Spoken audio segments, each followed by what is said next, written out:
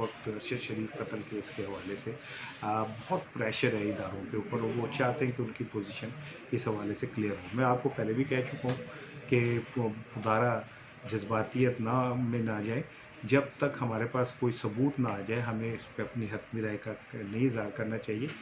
ये जो पाक फ़ौज और अवाम में एक खलीज पैदा करने की कोशिश है, इसको इस तरह भी तो देखा जा सकता है कि ये फिफ्थ जनरेशन वार का हिस्सा हो और अरशद शरीफ की और इस्टेब्लिशमेंट की जो चपकलिश है वो ढकी छुपी नहीं थी और जिस तरह वो गए वो भी ढका छुपा नहीं था। तो ये भी तो हो सकता है कि किसी और ने इसका फ़ायदा उठा लिया हो, किसी गैर मुल्क ने, भारत ने इसका फ़ायदा उठा लिया हो। मेरी इतलात ये हैं, इंतहाई आला ज़राए ने जो दिए हैं वो ये कि उनका कहना है कि हाँ, जो तफ्तीश की जा रही है हमारी तरफ से उसमें भी पिछले 2 माह में कीनिया में जो भारतीयों की आमदोरफ्त है उसका भी रिकॉर्ड इकट्ठा किया गया कि कौन आया कौन गया। और एक अहम बात जो आपसे बहुत ज़रूरी मैंने करनी थी कि कीनिया के एक साबिक गवर्नर ने तो केस का रुख ही मोड़ दिया है।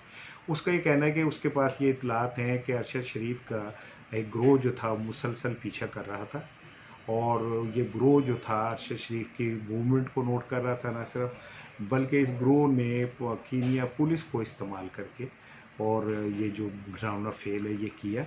और उस गवर्नर का ये कहना है कि कीनिया पुलिस को गलत इन्फॉर्मेशन दी गई और उनको इस जानिब लाया गया कि वो ये सब कुछ करें। डेफिनेटली जो ग्रोह बकौल गवर्नर के अरशद शरीफ का पीछा कर रहा था, उस गवर्नर का ये कहना है कि उस ग्रोह ने इस्तेमाल किया कीनिया की पुलिस को जो पैसे लेके कुछ भी कर सकती है और इस तरीके से इस्तेमाल किया कि जिस स्क्वाड ने ये सारा काम किया उसको ये बावर कराया गया कि गाड़ी के अंदर बहुत एक खौफनाक क्रिमिनल है और ये असला बहुत बड़ा डीलर है और इस तरह की कुछ करके और जाहिर है उस ग्रोह वो पुलिस के अंदर उन लोगों को मुंतखब किया गया जिन्हें पहले से तैयार कर लिया गया था कि आपने कुछ नहीं करना है, आपने सीधा सर पे गोली मारनी है अरशद शरीफ के, जो उन्होंने किया।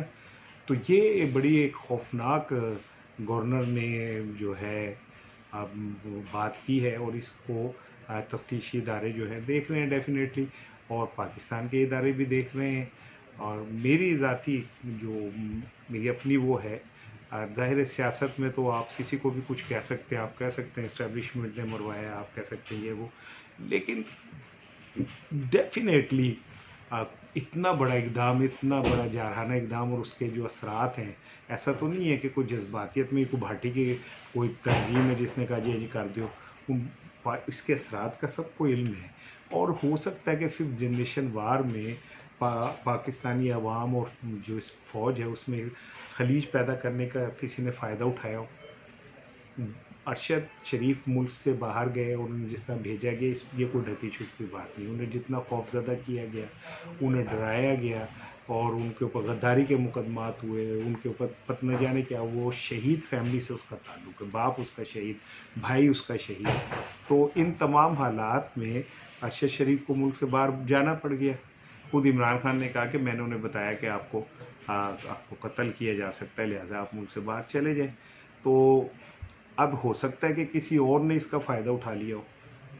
जब तक तहकीकात सामने नहीं आती, और मेरी ये ख्वाहिश भी है, दरख्वास्त भी है कि जो ये कमीशन बना है इसकी तहकीकात अवाम के लिए ओपन कर दी जाए। जो भी तहकीक सामने है वो अवाम तक उसकी रसाई हो, ताकि ये वाला सिलसिला ख़त्म हो जाए कि जी इसमें यूँ हो गया यूँ हो गया। ये पाकिस्तान के लिए बड़ा एक हम हसास दौर से गुजर रहे हैं।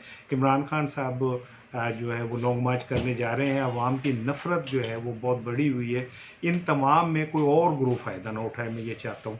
मैं ये चाहता हूँ कि इस तमाम लॉन्ग मार्च में जो गरीब पाकिस्तानी है वो बेचारा महफूज रहे, सड़कें जाम ना हो, जो रोज़ाना की बुनियाद पर काम करते हैं उनकी ज़िंदगी को ख़तरा ना हो और फिर वर्कर की ज़िंदगी को ख़तरा ना हो। लेकिन मैं इमरान खान के लॉन्ग मार्च में इमरान खान के साथ हूँ, इसलिए कि जब तक ये निज़ाम नहीं बदलेगा, जब तक ये जो डमी की आदत ऊपर बैठी है जिसका बराह रास्त अवाम से कोई ताल्लुक़ नहीं है और वो ला के हमारे सरों पे मुसल्लत कर दी गई एक नाअहल किस्म की हुकूमत, करप्ट डाकुओं की हुकूमत, जब तक इस मुल्क के अंदर ये वोट को इज़्ज़त दो का असल मुकाम नहीं मिल जाता है, जब तक इमरान खान अवामी नुमाइंदा, उसने तमाम ज़मीनी इंतख़ाबात जीते हैं। और आपको क्या चाहिए सनद अवाम की मोहब्बत की इमरान के लिए? 60 जलसे किए और 60 के 60 पैक गए। तो इसके बाद तो मेरा ख्याल है कोई गुंजाइश नहीं रहती।